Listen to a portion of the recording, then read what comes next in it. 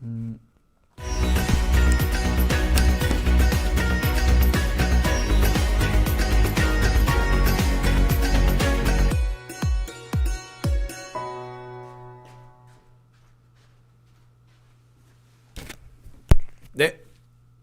자, 오밤중의 뉴스 함께 하고 계십니다. 예, 혹시 카메라가 과열될까봐 지금 이제 난방을 좀 껐어요. 조금 춥더라도 카메라가 중간에 꺼지면은 안 될 것 같아서 일단 난방을 껐습니다. 자, 잠시 화면이 블랙이었는데요. 예, 양해해 주시기 바랍니다. 자, 그러면 오밤중의 뉴스 첫 번째 주제부터 들어가겠습니다. 요즘 서초동에 가면은요, 이 판사들이 이 한동훈 얘기를 가끔씩 한답니다. 원래부터 이 판사들이 한동훈을 그닥 좋아하지는 않았다고 해요. 특히 이 사법농단 사건과 관련해서 재판부, 그러니까 사법부의 주요 인물들을 끌어내서 사실상 치도곤을 친, 더군다나 그 수사 과정에서 사법부를 거의 모욕하다시피 했다라는 점 때문에 판사들 중에서는 한동훈에 대해서는 뭐 이를 간다 뭐 이 정도까지 아니라도 상당히 안 좋게 보는 사람들이 많았습니다.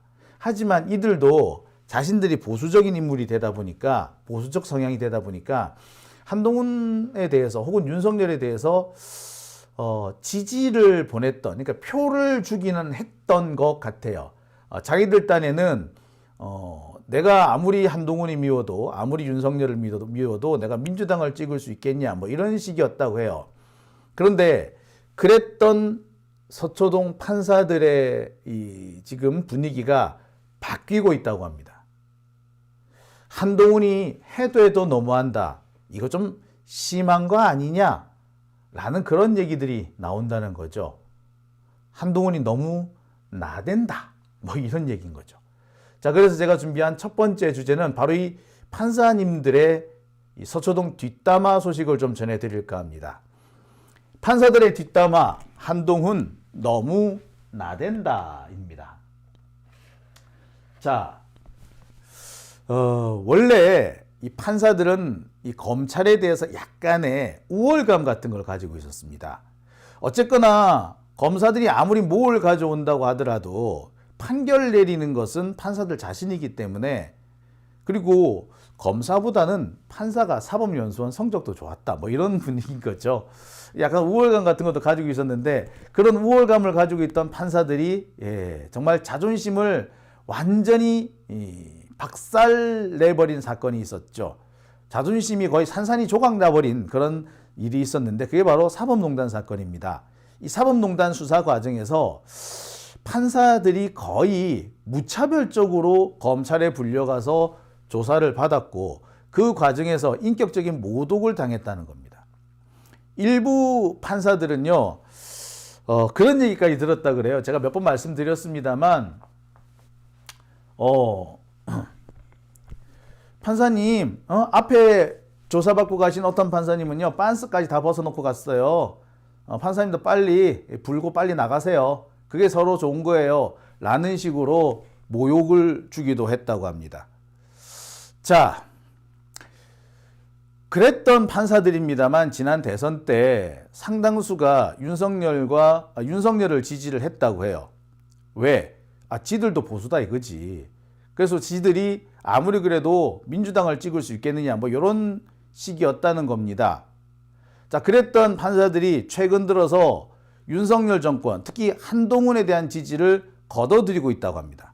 많은 판사들이 윤석열은 싫어하면서도 그래도 한동훈에 대해서는 약간의 기대감을 계속 가지고 있었던 것 같은데, 그 기대감조차 이제는 산산이 부서졌다라고 한다는 겁니다. 너무 나댄다는 것이 이유죠. 말이 너무 심하다. 아니, 저렇게 깐족될 수 있냐? 어떻게 말 본새가 저 모양이냐? 이런 얘기들이 나온다는 거죠. 그러면서 야, 한동훈 계속 저런 식으로 나가면은 안 되지 라는 그런 얘기들이 나온대요. 일부에서는 아주 소수입니다만, 야, 우리가 법원에서 한동훈한테 어느 정도 이렇게 제재를, 그러니까 브레이크를 걸어줘야지, 법원에서 걸어줘야지 누가 걸어주겠냐 라는 말씀도 하신답니다. 그러니까 한동훈 쪽에서 지금 윤석열 정권에서 제기하고 있는 각종 소송에 대해서 좋은 게 좋다고 윤석열 편, 한동훈 편 들어주기보다 아닌 건 아니라고 브레이크를 확실히 걸어줘야 한다. 뭐 그런 분위기인 거죠. 어쨌거나 시작은 한동훈이 너무 나댄다. 너무 심하네. 여기에서 시작이 됐다라는 거죠. 자, 제가 준비한 첫 번째 주제. 판사들의 뒷담화, 한동훈 너무 나댄다. 자, 오늘 나온 판결입니다. 차규근 전 법무부 출입국관리본부, 그러니까 옛날 같으면은 출입국관리사무소라고 했고요. 여기는 요즘엔 출입국 외국인 본부라고 합니다. 이게 한마디로 공항 이쪽을 관할하는 그런 곳이죠. 차규근 전 본부장이 오늘 재판에서 승소했습니다. 이 사람은요,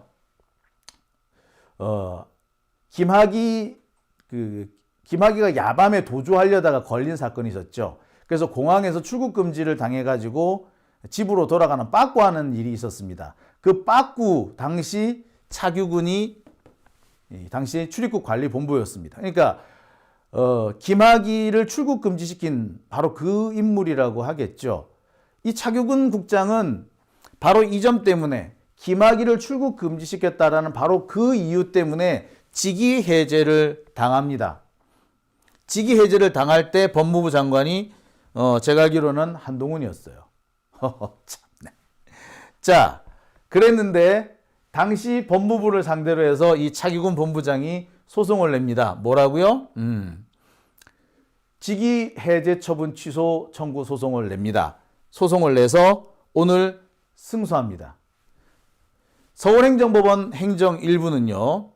차규근 전 지금은 그 법무연수원 연구위원이죠. 당시 법무부 출입국관리본부장이었던 차규근 전 국장이 법무부 장관을 상대로 낸 직위 해제 처분 취소 소송에서 처분 사유가 존재하지 않는다며 직위 해제 처분을 취소한다라고 판결했습니다. 사실 말이 안 되는 거죠. 김학의가 도망을 치려고 그러는데 당연히 출국 금지를 시켜야죠. 그런데 김학의를 출국 금지시켰다고 해서 출국 금지시킨 사람이 오히려 직위 해제를 당한 이런 황당한 일이 벌어졌던 겁니다. 이분 역시 저만큼 황당했을 겁니다. 이게 재판을 받아야 될 일이야? 아니, 내가 잘못했다고? 라는 생각이 들었겠죠. 하지만 그동안 재판 진행 과정을 보면은 전혀 유리하지가 않았어요. 그런데 오늘 판결이 딱 납니다. 어떻게? 야, 이거 잘못된 거야. 직위 해제, 취소해. 라고 판결이 나왔다는 거죠. 자, 이처럼 최근 2, 3일 사이에 윤석열 정권이나 한동훈을 향해서 정면으로 브레이크를 걸어주는 판결들이 꽤 여러 건 나오고 있습니다. 당장 제 사건만 해도 마찬가지죠. 제 사건 같은 경우에는 이 재판장 김동연 부장판사가 뭐라고 얘기를 했느냐, 쭉 길게 얘기하고 있어요. 언론으로서는 LCT 수사에 추상적 권한을 가지고 있는 주요 수사기관의 담당 고위 공직자로서 직무를 충실히 수행했는지에 대해 충분히 의혹을 제기할 수 있다. 자, 그 다음에 LCT 사건은 수사 발표 이외에도 부실 수사 의혹이 계속 제기되는 공적 관심 사안이었다. 원고는 대법원 판례 취지에 따라 해명과 재반박으로 극복해야 하는데 손해배상 소송을 청구한 것은 신중할 필요가 있다. 즉 말해서 너 이런 거 가지고 소송 건 거야? 야, 이런 거는 네가 공직자면은 당연히 감내해야 될 일 아니니? 이런 걸로 소송 걸고 그래. 라고 사실상 질타를 한 겁니다. 그래, 네가 할 말 많고 억울한 건 알겠는데 그렇다고 소송될 일은 아니지 않아? 라는 거죠. 자, 차규근 본부장 사건도 그렇고요. 제 사건도 그렇고요. 재판부의 입장은 대체로 비슷합니다. 아니, 이런 거를 재판으로 끌고 왔어? 라는 거죠. 차규근 본부장 같은 경우는 아니 이 사람이 왜 직위 해제를 당해야 돼? 라는 거죠. 한동훈과 윤석열이 그동안 얼마나 무도한 짓을 해왔는지를 법원이 확인해 준 겁니다.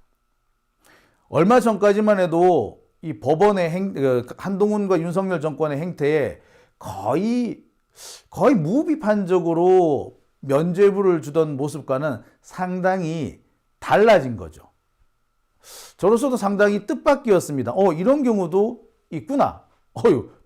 판사들이 왜 이래? 자, 뿐만이 아닙니다. 엊그저께는 고발사주 사건 손준성에게 징역 1년이 선고가 됐죠. 자, 고발사주 사건. 사실 이 고발사주 사건은 한동훈과 이동재, 채널A 이동재 기자가 엮인 이른바 채널A 검언 유착 사건과도 이어집니다. 그러니까 이 검찰 측은 채널A 검언 유착 사건이라는 것, 그래서 한동훈과 이동재가 엮인 것은 그것은 음모였다. 누구의 음모? 최강욱, 황희석, 그다음에 제보자 X, 유시민 이런 사람들이 짜고 한동훈과 이동재를 함정에 빠뜨린 사건이었다. 라고 주장하는 내용의 고발장을 만든 사건이 바로 고발사주 사건인 겁니다. 이 고발장을 누가 만들었어요? 손준성이 만들죠. 근데 손준성은 당시 대검의 수사정보정책관실 실장이었나요? 그랬었습니다. 자, 윤석열의 직계였죠. 자, 결국에 이것은 고발사주 사건, 검언유착 사건으로 궁지에 몰린 검찰이 이 상황을 뒤집기 하기 위해서, 프레임을 전환시키기 위해서 공작을 벌이다가 딱 걸린 사건이었던 겁니다. 자, 이 사건이 폭로가 되자 검찰은 그동안 뭐라고 얘기했느냐? 말도 안 되는 얘기다. 손준성 그 손준성이 보냈다고 어떻게 확신하느냐? 라는 식으로 어거지를 써왔습니다. 만약에 그것이 장용진 보냄이었으면 그 말이 통했을까요? 아무리 장용진 보냄이라고 써져 있다 해도 그게 내가 보냈다고 어떻게 확신할 수 있느냐? 라고 우기면은 글쎄 검사들은 뭐라고 할까요? 자, 정말 어처구니가 없는 그런 상황이었습니다.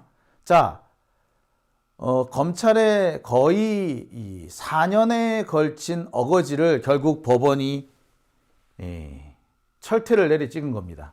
고발사주 사건, 그건 사실이다. 그리고 고발사주 사건, 그거 손준성 네가 쓴 거 맞네.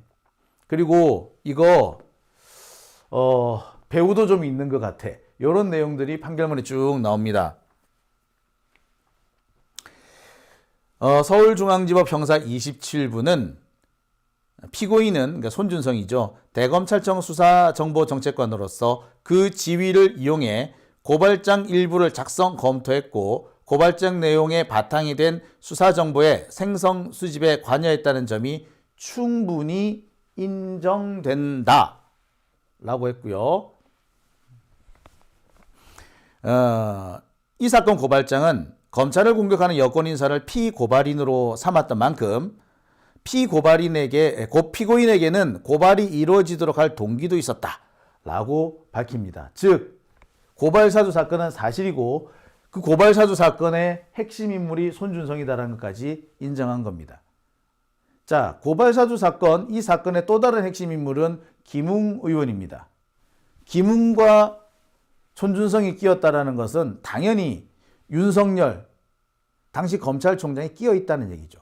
그리고 당시 그 과정에서 한동훈과도 꽤 여러 차례 카카오톡 대화를 나눴다는 점, 그리고 이 고발사주가 진행되기 직전 70여 장 정도의 사진 파일이 오갔다는 점, 이런 점들을 봐서 의심을 안 할 수가 없죠. 한동훈 역시 의심이 되는 부분이 있습니다. 지금까지 공수처 수사에서는 드러나지 않았으나 공수처에서도 의심을 많이 하고 있는 대목이죠. 자,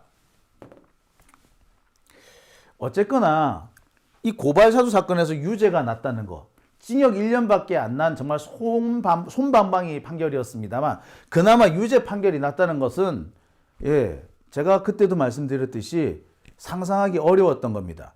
법원에 기류 변화가 있는 게 아닌가라고 생각을 해볼 만한 그런 계기가 됐죠.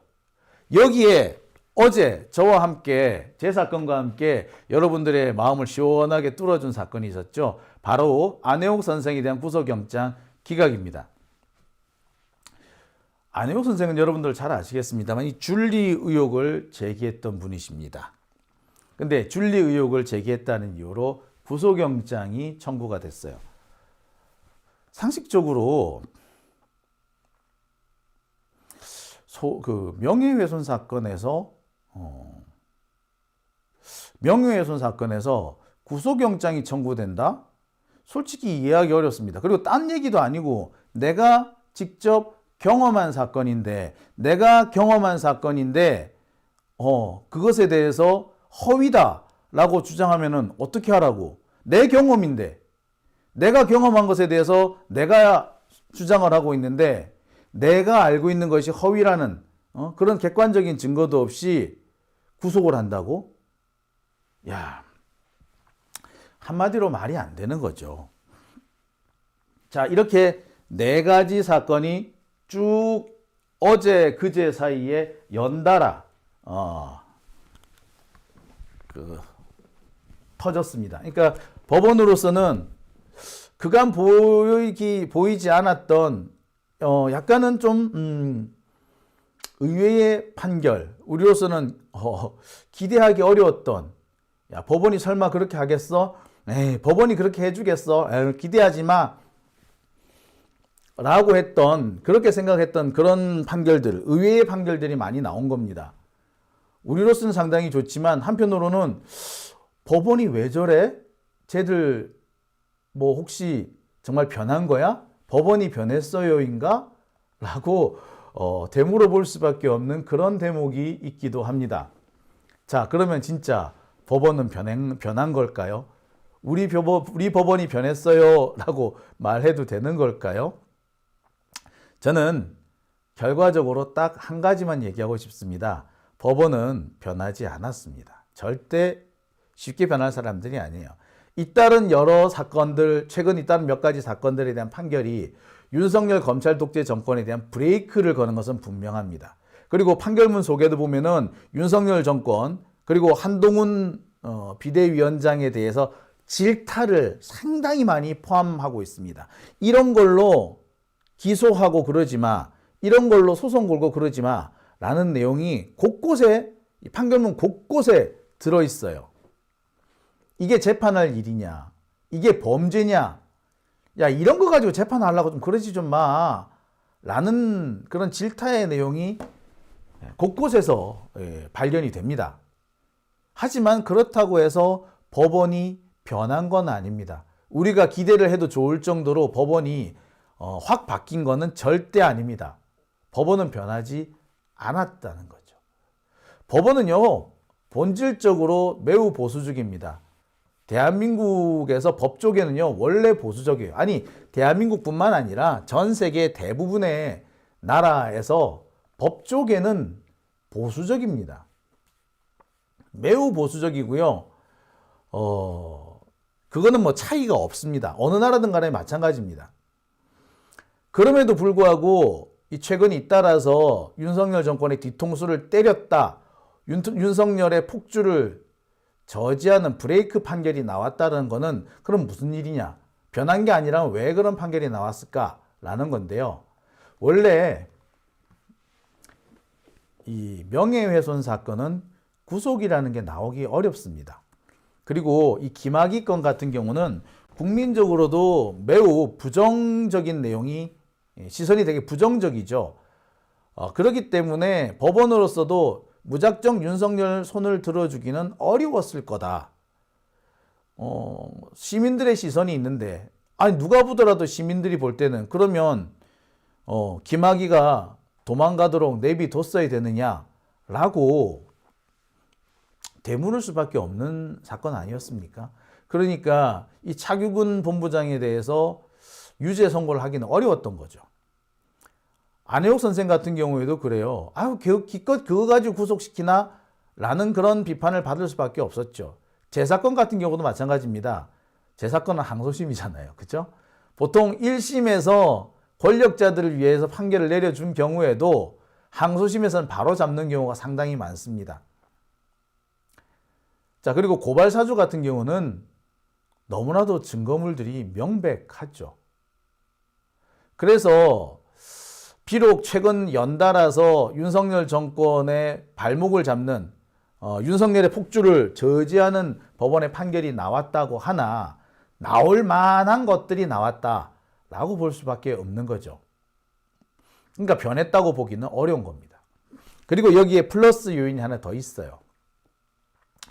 자, 이게 무슨 얘기냐 하시겠는데 보통 이 정권에 대해서 허니문 기간이 있다라는 얘기 들으셨죠? 정권 출범한 직후에 허니문 기간이 있다. 미국 같은 경우에 미국 행정부가 대통령 신행정부가 들어서게 되면 의회가 6개월에서 1년 정도는 그 신행정부가 진행하는 새 대통령이 추진하는 정책을 웬만하면은 다 받아주는, 그래서 의회의 허니문 기간, 행정부와 의회의 허니문 기간이 있다라는 얘기를 들으셨을 겁니다. 우리나라에서는 그런 기간을 찾기 어렵죠. 우리나라에서는 국회와 행정부의 관계가 그런 정도로 독립적이거나 이렇게 하지 않기 때문에 아마 우리나라에서는 좀 그런 의회와 정부 사이 허니문 이런 얘기는 조금 아니에요. 하지만 어디에는 이게 존재하느냐면 법원에는 존재합니다. 그래서 법원 같은 경우에도 이 법원 같은 경우에는 새 정권이 출범하면요, 한동안 그 정권에 유리한 판결을 내려줍니다. 조금 무리해서라도 좀 유리한 판결들을 많이 내려줘요. 그래서 정권이 힘을 받으라는 그런 거겠죠. 자, 그런데 보통 그 정권에 손을 들어주는 그 시기는 1년에서 2년 정도고요. 그 기간이 지나면은 돌아서기 마련입니다. 정권에 힘을 실어주는 판결을 일부러 내지는 않는다는 거죠. 즉 법원과 행정부 사이의 허니문 기간이 1년 내지 2년 정도 있는데 그 기간이 이제 끝났다는 거죠. 그러니까 법원이 변한 것이 아니라 때가 돼서 맞춰서 때가 됐으니까 바뀔 때가 돼서 바뀐 것이고 안 나올 만하니까 안 나온 것던 겁니다. 그러니까 사실 지금까지 있었던 재작년 5월부터 엊그저께 지난해 연말까지 있었던 이런 모습들이 사실은 허니문 기간이었던 거지. 자, 근데 이게 끝난 거예요. 그러니까 판결이 확 바뀐 겁니다. 아니, 재판에 무슨 허니문 기간이 있어? 있어요. 대한민국 법원에는 있어요. 정권 초기에는 이 정권에 힘을 실어주는 판결이 꽤 많이 나옵니다. 근데 이게 어디까지였다? 예. 많은 분들이 그렇게 얘기하시더라고요. 윤석열 징계 취소 소송까지였다. 그 뒤로는 굳이 윤석열을 위한 판결을 내려줄 이유가 없지 않느냐라는 얘기인 거죠. 네. 그러니까 제가 드리는 말씀은요, 법원을 믿으라는 얘기를 하는 게 아닙니다. 가을아님, 제가 법원 믿으라는 게 아니고 법원이 바뀐 것 같지만 안 바뀌었다라는 얘기를 하는 거예요. 쟤들은 그냥 자신들의 이익에 따라서 움직이는 겁니다. 그리고 자기들이 볼 때 언제든지 자기들 법원의 이익이 되는 것 같으면 또 바뀔 거예요. 또 윤석열 정권이 막 설치잖아요. 또 우리 만약에 그 총선에 우리가 지잖아? 그럼 또 확 바뀌어. 그러니까 얘들은 법원은 본질적으로 바뀐 것이 아니라 잠시 색깔이 잠시 바뀐 것처럼 보일 뿐인 거고, 이번 판결도 나올 만한 사건이기에 그런 판결이 나올 만한 사건이었기 때문에 나온 거다. 제가 이 얘기를 드리는 겁니다. 자, 근데 중요한 건 그 부분이 아니고요. 자, 그럼에도 불구하고 지금 법원 내부에서 판사들 사이에서 약간의 기류 변화가 있는 것은 사실입니다. 한동훈에 대해서 좋지 않게 생각하는 분위기가 많이 감지됩니다. 자기들도 보수적인 사람이니까, 보수 진영 사람들이니까 한동훈이나 윤석열 웬만하면 밀어주려고 했는데 아니 너무 오버한다는 거야. 도를 너무 지나친다. 그리고 지금 한동훈이나 윤석열이 하는 짓을 보면 너무나도 정치 보복 아니냐 이거야. 정치 보복 정황이 너무 뚜렷한 거지. 그러니까 법원이 아무리 편을 들어주고 싶어도 편 들어주기가 좀 힘든 거야, 자기들도. 이제는 더 이상 해주기 어렵다라는 거죠. 게다가 최근 들어서 많이 나오는 얘기가 뭐냐면은 한동훈식 궤변, 한동훈의 언행, 한동훈의 이 화법이 너무 법조인들한테는 거부감을 주더라.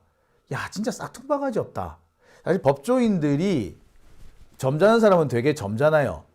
엄청 수국골통인데 엄청 점잖은 척 하는 사람들 많거든요. 그런 사람들 눈에는 한동훈의 이런 화법이 되게 기가 찬 거지. 아니, 굳이 저런 식으로 해가지고 밉상을 부릴 이유가 뭐가 있나? 라는 겁니다. 우리만 밉상이 아니라 그들이 보기에도 한동훈식 이런 화법은 밉상이었던 거죠. 그러니까 한동훈의 이 궤변이나 화법에 대한 거부감이 빠르게 번져나간다는 겁니다. 너무 오버한다. 야, 해도 너무한다. 야, 좀 이상해. 쟤 좀 이상해. 야, 편 들어주고 싶어도 편을 못 들어주겠다, 야. 이런다는 거죠. 그러니까 우리가 볼 때, 야, 나댄다라는 말, 여러분 기억하시죠? 너무 까분다. 이런 거죠. 자, 이런 분위기 때문에 판사들 사이에서 조만간 어떤 변화가 감지되지 않겠느냐라는 그런 견해도 사실 많이 있습니다. 자, 물론 그렇다고 해도 아까 제가 말씀드렸듯이 본질적인 변화가 있는 건 아닙니다. 판사들이 볼 때 사법부, 법원의 이익을 최대치로 만들려는 아니 뭐 그런 계산이 깔려 있는 거지 절대 이 사람들이 민주진영에 손을 벌린다거나 혹은 이 사람들이 갑자기 대우각성해서 뭐 공정한 재판을 꿈꾼다거나 하는 게 아닙니다. 이 사람들도 철저하게 자신들의 이해관계, 정치적인 생각부터 한다니까. 정치 검사만 있는 게 아니라 정치 판사도 있는 거죠. 그런데 그들 정치 판사들의 눈에도 한동훈의 꼬라지가 야, 저 너무 아닌 거야. 아, 저건 좀 아니지. 아, 너무 나댄다. 아, 너무 까분다. 아, 정말 정말 이 품격 없다. 야, 정말 쪽팔린다. 어떻게 저런 애가 라는 얘기들이 나오게 된다는 거예요. 아니, 뭐 당연하죠. 사람의 눈들은 다 비슷하다고 뭐 그런 거 아니겠어요?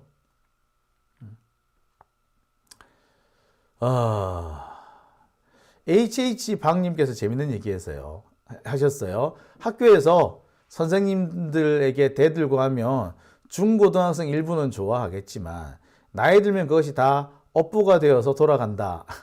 예, 그게 한동훈한테 돌아가고 있다. 뭐 이렇게 말씀을 해 주셨어요. 예. 자, 그래서 지금 나오는 얘기가 한동훈 너무 나댄다. 라는 뒷담화가 있다는 겁니다. 네.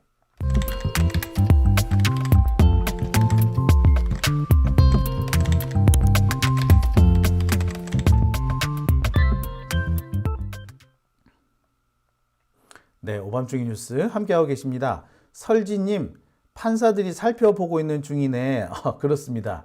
일단은 약간 브레이크를 걸어줬는데 어쩌나 보고 앞으로 편을 계속 들어줄 것인지 야야 안 되겠다, 쟤 버리자 라고 할 것인지 조만간 결판이 나겠죠. 지금으로서는 판사들이 요놈하고 지켜보는 시간이 시작됐다 라고 보시는 겁니다. 예.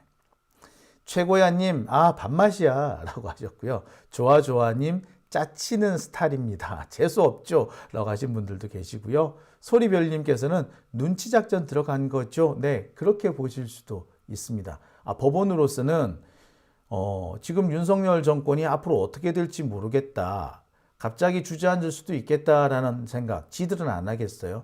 분위기 안 좋다는 거 모를 사람 있겠습니까?